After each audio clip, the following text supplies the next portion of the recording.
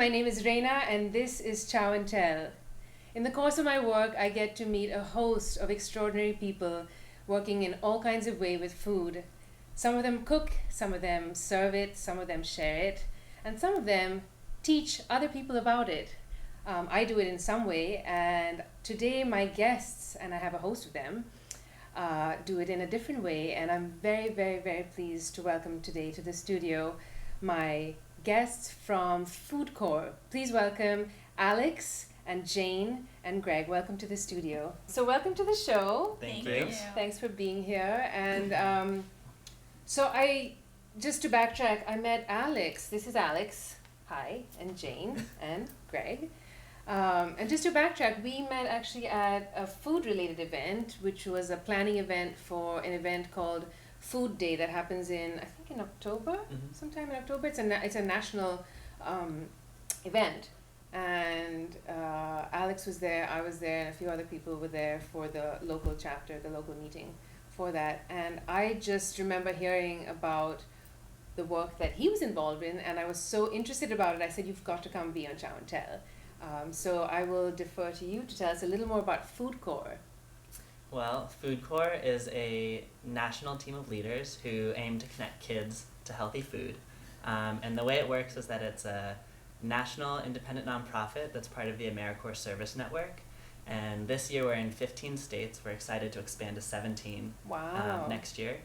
And the structure of it works that we place service members with service sites that are all over the country, understanding that Food Corps knows a lot about food. Its founders know a lot about food, but they don't know what's going on the ground and the realities of each different community. So we place service members with nonprofits and schools that focus on K through 8 education in particular to help improve school food environments through school gardens, better school lunches, and nutrition education.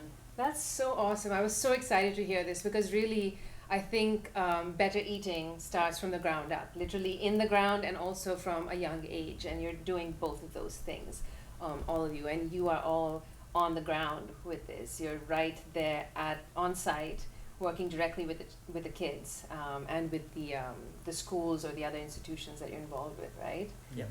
So tell me a little bit about, so Alex is a Food Corps fellow, and then his service members here, Jane and Greg, would you tell me a little bit about what you do? Like, what does your day look like?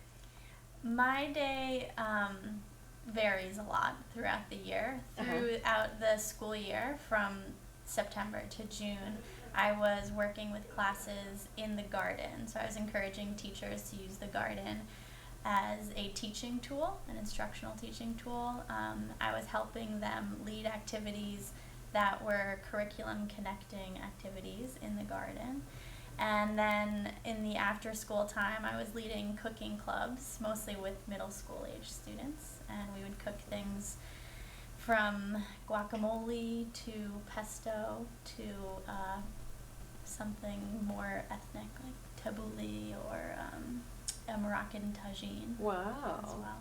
And what kind of response do you get from the kids? Like, are they familiar with these things, or are they excited about it, or is it just kind of like weird vegetable stuff? Or the range in between? Maybe you can speak to that from your experience. Well, the one exception we made to meatless meals was Jamaican beef patties. Okay. That was as per the student's suggestion. Okay. But we did make one with lentils, and we made one with beef. So you primarily do a lot of mostly meatless? Yeah, mostly vegetarian. Okay. Mm-hmm. That's cool. And how do they respond? Like, how do the kids respond to, cooking? Like, do they have a facility in the school where they do this, or is it less with fire and flame and more kind of getting their hands into, like guacamole, for example, doesn't require heat, but some chopping perhaps, or some crushing of the garlic if you're using it? Right, yeah. It varies actually from school to school. Some schools have kitchens that we're able to use. Greg and I did a great after-school program every Monday at the Gately Youth Center in Cambridge, where we had a full kitchen to use, which was awesome. Wow. And how many kids are you working with? That was between, I would say, 10 and 15 every week, about. So you are rotating through different places? So every day you're at a different school, or how does it Mhm. work? Yeah. So at City Sprouts, the food court service member and the garden coordinator are paired. Garden coordinator is a City Sprouts staff member, paired and work at 4 different schools in Cambridge. Oh wow. So, and 1 or 2 middle schools are included in that. So 4 elementary, 1 or 2 middle schools. So just always a half day at one school. Uh-huh. So it's a lot of biking, which is great. It's good that it's nice weather right now. Yeah. Very hot. We did the winter. It was. Oh, you did the winter too? Yeah. So this is throughout the year. Mhm. You're a service member for from the whole school year, as you said. starting in September and ending on August 1st. No rest for the good. Mhm. And Right. Greg and Jane even did some really cool experiments in season extension where they built Oh. hoop houses, which are plastic covered PVC pipes in this case that Huh. sort of create like a mini greenhouse. Mhm. And I mean, Greg in particular was really successful. Well, one thing that's cool about it is that we planted cilantro back in August or September, Yeah. and we're only now harvesting the coriander from the seeds. It's flowered and it's gone to seed. So this cilantro plant has lived for almost a year now. Wow. Because of the Through Massachusetts, which Yeah. is just kind of strange for a tropical herb plant Yeah. to do. So that's pretty good garden magic, I would say. Mhm. Actually, I wanted to back up for a second, and maybe you can tell us a little bit about City Sprouts and what the relation is between Food Corps and City Sprouts, because maybe people don't know about Yeah. that organization either. So City Sprouts is one of our food corps service sites in Massachusetts, and they were one of our founding service sites. So they're a really valuable partner for us in Massachusetts. But Uh-huh. Food Corps itself is only in its 3rd program year, but City Sprouts is in its 13th. Something like Something that. Like Something they're like that. long. So is that kind of like the umbrella program under which Food Corps works, or does So it? City Sprouts existed before Food Corps, Oh, and okay. when Food Corps started, and we were looking for partners who were like doing great things, Mhm. City Sprouts was an easy choice because they were in schools already. Oh, okay. They have a school garden at every public elementary and middle school in Cambridge, Oh wow. and so every student gets the opportunity to grow food and see food through the whole process from seed to. And that must be vegetable. such an incredible experience, because I know, I mean, I didn't grow up here, but I remember going to the markets with my grandfather when I was a kid, and we saw the trucks coming in early morning from the farms directly, and there was mud on the carrots, and there was like these were things that had just been pulled out, and there wasn't really the concept of a farmer's market, but basically those were coming directly from the farms. And then I moved here many years later, and there's this revival now of farmers markets and growing things, closer to home, eating things closer to the ground. So skipping a lot of the process stages in between. And it sounds like a lot of the work you're doing with the kids are bringing that sensibility back. And showing them that carrots don't just come cleaned and cut in exactly the same shapes in little plastic bags with Ziplocs on top, but they have these glorious leaves on top, and they have mud and bugs on them, and I know you were talking about bugs earlier. Yeah. And that kids get to see that. And they get to learn that sometimes carrots are purple. Or rainbow colored. Or rainbow Or colored. white. Mhm. That must be such a fulfilling experience to see the astonishment on a child's face, and to see their wonder, to reconnect with that sense of wonder of these are things that are growing. And are they part of the planting and growing process as well? Yeah. And then harvesting, and Mhm. then cooking, and then eating it? Yeah. So that's such an amazing full circle to be a part of that, rather than just entering at the very end bit of the circle, consuming it, and then throwing the bits away and not knowing where they end up. Right, Mhm. and it's really striking to see the ownership that a lot of kids Oh, take wow. over Yeah. when they know that they've planted that seed, or they Mhm. know that they've pulled it out of the ground or Yeah. prepared it in front of themselves. It's right so there, yeah. it's kind of cool to see that Yeah. I've worked with a lot of students who are kind of hesitant or kind of nervous about the dirt or the bugs or Mhm. what it would taste like, and they're like, I've never seen this before. But when you give them a role in it and give them some responsibilities, it changes the game entirely. That must be so empowering also, and also maybe inspiring for the kid to eat what they've grown. Like I would guess they would be more likely to eat, I don't know, a tomato or a radish or a beetroot, which many times kids otherwise are very fussy about. They're like, no, I don't want that. I want, you know, the chicken fingers or something. I don't know, you know, like the snacky food. Right. But I would assume that through this process, I would anyways if I was a kid, because that's how I grew up, and we were really involved with the process. Yeah. To take ownership, and it's really great that you're giving that empowerment back Yeah. to the kids. And what are some of the youngest kids that you've worked with? Preschool, Yeah, Greg's So worked with how old really is little that? kids. 3 to 5. Oh yeah. So we especially worked a lot with the children's houses at the Tobin Montessori School in by Fresh Pond, Okay. and they loved it. And now they have their own garden beds now, and they're learning. They're having it right outdoors because it's a little bit of a walk when you're this tall to go from your classroom to this garden. But they really enjoyed it. So what do the 3-year-olds do? Use their senses. Yeah. Yeah, they use their senses, and they plant seeds. I mean, you know, everyone can plant a seed, and they enjoy that. And they pick different things that we say they can pick. They can't just pick on their own. Yeah. And digging too. I would imagine they would actually enjoy that very much. It's one of those things that many times parents are really like strict about them not doing, like don't get dirty and don't get your hands in the mud and it's bad. And maybe not these parents, but I know some parents who are sort of extra paranoid about dirt and mud and kids in the mud, and it actually sounds really fun to get them like, no, this is good, like go in both hands, Yeah, they both love feet. it, They too. love it. Yeah.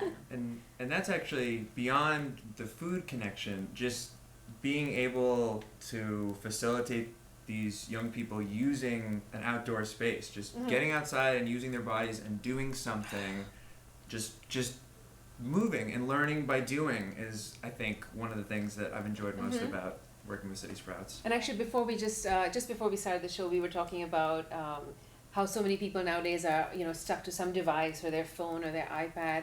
There's a kid on our street. Yeah. There's a kid on our street who's just, his mom sends him outside. He goes outside with his iPad. He sits on the sidewalk, and he's just on his iPad all day long.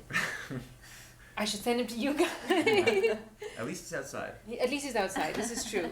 But I mean, just the shift of like doing things more with the hands, with the body. They're young, and I would imagine they're actually more likely to be interested in this now, and then if that's continued, you know, Right. they could have a very different path if not for you guys and the kind of work you're doing, which is really cool. And I think even for the students that don't get out to the garden as frequently, even, you know, when I think back to my elementary school days, the things I remember, like the field trips and the hands-on experiments and the like projects. Yeah. And like that's what taking these students out into the garden is. And then you can talk about food, but you can also talk about fractions or adjectives or you know, Spanish vocabulary words or like all sorts of things. I love it.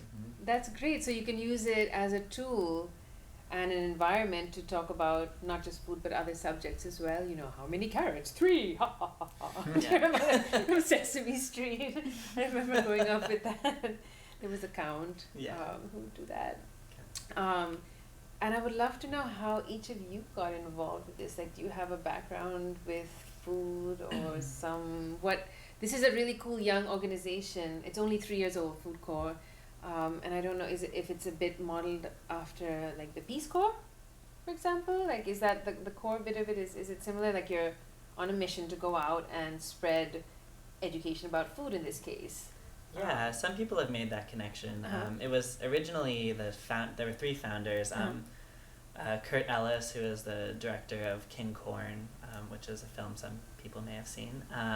Deb Eschmeyer, who's a farmer herself and has worked in politics, and then Cecily Upton, who has worked with Slow Food USA and a whole bunch of other organizations. And they came together and originally were thinking we should do something to inspire a new generation of farmers. And it was going to be Farm Corps. Okay. But that was...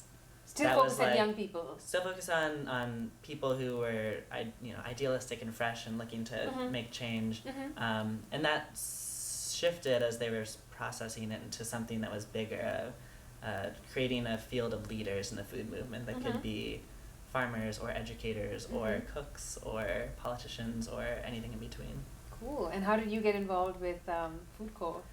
I got involved. I was really interested in sustainable food systems. I got really into that in college in particular, and I grew up in the San Francisco Bay Area where you can't step out the door without being bombarded with organic and local and Michael Pollan and all that stuff. So I went to college, started to look at the environmental impacts of that more, saw that that was something that drew me in, and then I started looking at the justice components that come with our food production, which is just so many different layers from the way we grow it, to the labor practices, to the health consequences, to all sorts of things. It's a very convoluted machine. It is. It's very, very complex. So I got interested in that, and I had a friend who did the first year of Food Corps ahead of me, and she was like, Alex, you would really enjoy this. Yeah. So nice. And so I got in, and then I served my first service year term with City Sprouts. Okay. So I also have a extended connection to City Sprouts. Nice. And what about you? I started learning about food issues in college as well, and I remember being a little bit blown away by all the stuff that I didn't know until I was 21.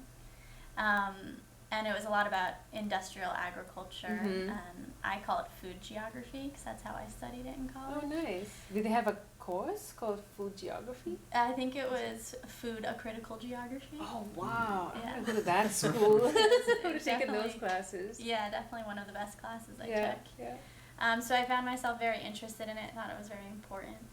And I knew that I wanted to work with that material a little bit more and possibly go on to study it and do things like that. But I wanted some on-the-ground experience to see what was happening locally and what some different organizations were doing and what it looked like.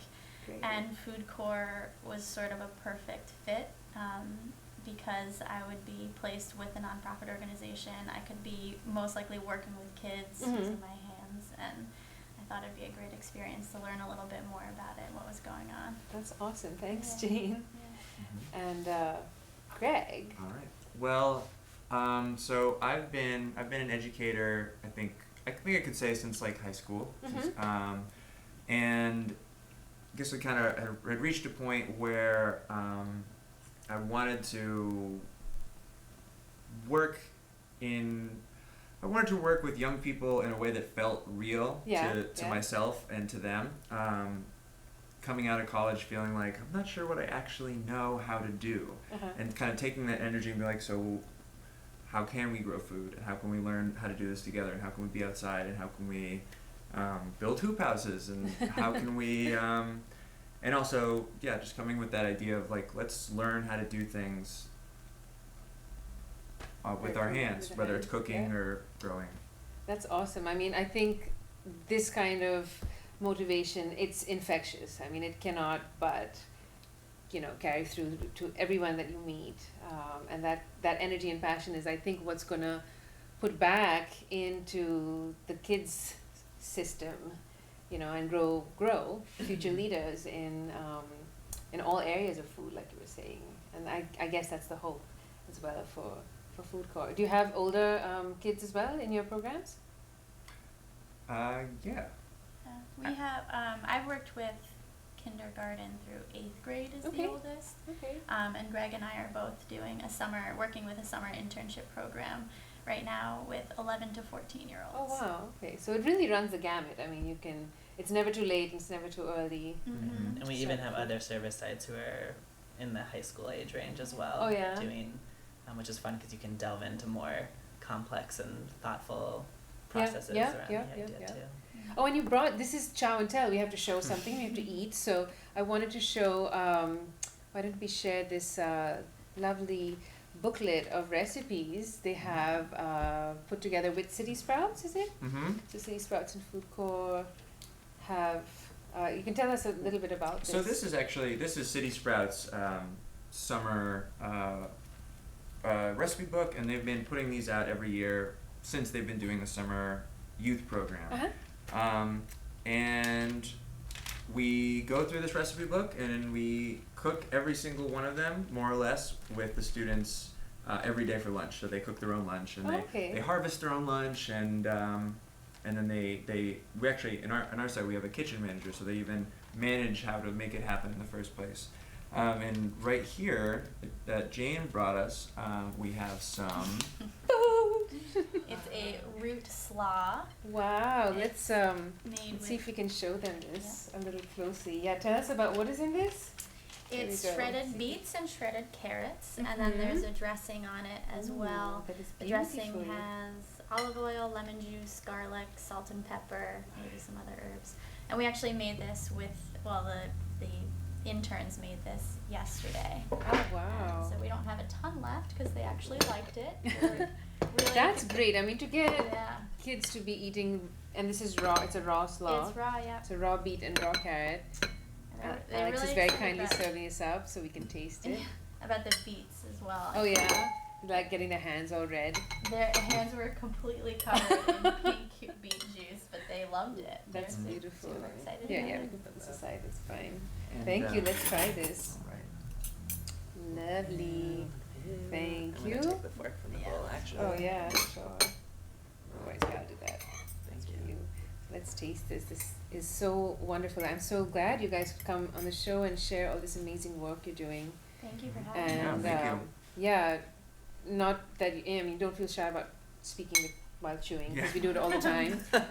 Is there a website that people can go to check out more of the work that you're doing?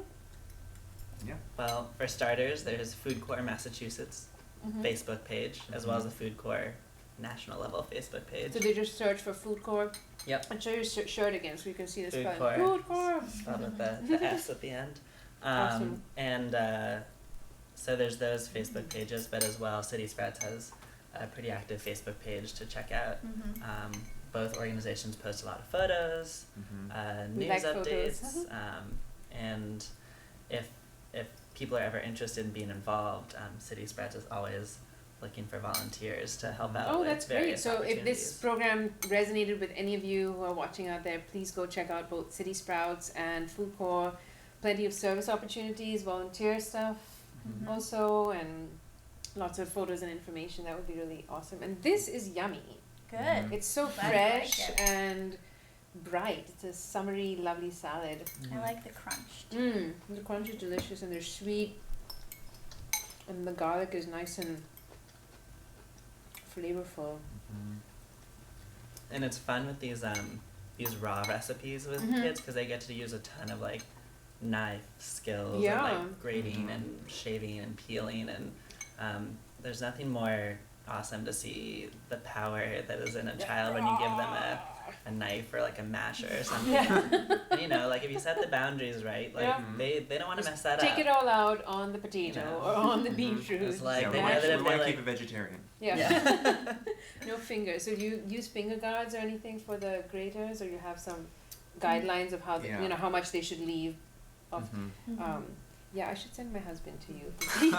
He shaved off the edge of his thumb once on a block of cheese, and Oh. Yeah. I found that working with teachers, sometimes they're the hardest influence of knife skills and tasting new things. yeah. Now the kids are really excited and the teacher's like, come on, Man, let's get we excited. grow up too fast as adults, I think, and I love that curiosity of children and like the enthusiasm and just that absolute fearlessness, even to just go in Mhm. and do it.